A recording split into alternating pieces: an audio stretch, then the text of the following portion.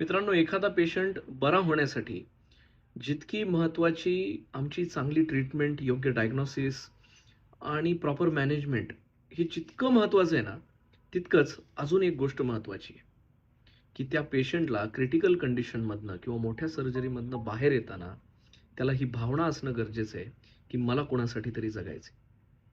कारण माझ्यासाठी कोणीतरी बाहेर वाट बघतंय. कुणीतरी हातात हात घेऊन त्याला सांगितलं पाहिजे, की "बाबा रे, लवकर बरा हो." आजकाल आम्ही पाहतोय हॉस्पिटलमध्ये म्हातारे आजी-आजोबा ॲडमिट असतात. अ, कोणीतरी कामाला ठेवणारा एखादा माणूस त्याच्या आजूबाजूला बसवला जातो.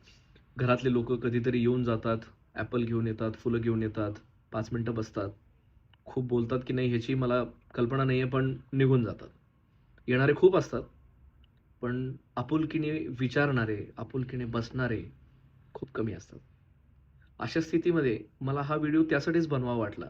माहिती आहे की आपण ह्या धकाधकीच्या काळामध्ये खूप बिझी आहोत. प्रत्येकाला पैसे कमवणं गरजेचं आहे. त्याशिवाय हॉस्पिटलचं बिल कसं भरणार?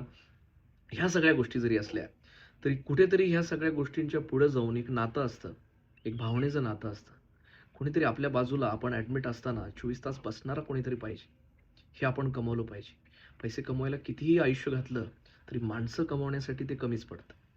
त्यामुळे होता येईल तितकं माणसं कमवण्याचा प्रयत्न करा आणि आपलं कोणी जर ॲडमिट असेल, तर त्याच्या शेजारी आपुलकीने बसा. काही आणा किंवा नका आणू, एक प्रेमाचे 2 शब्द नक्की आणा. Thank you.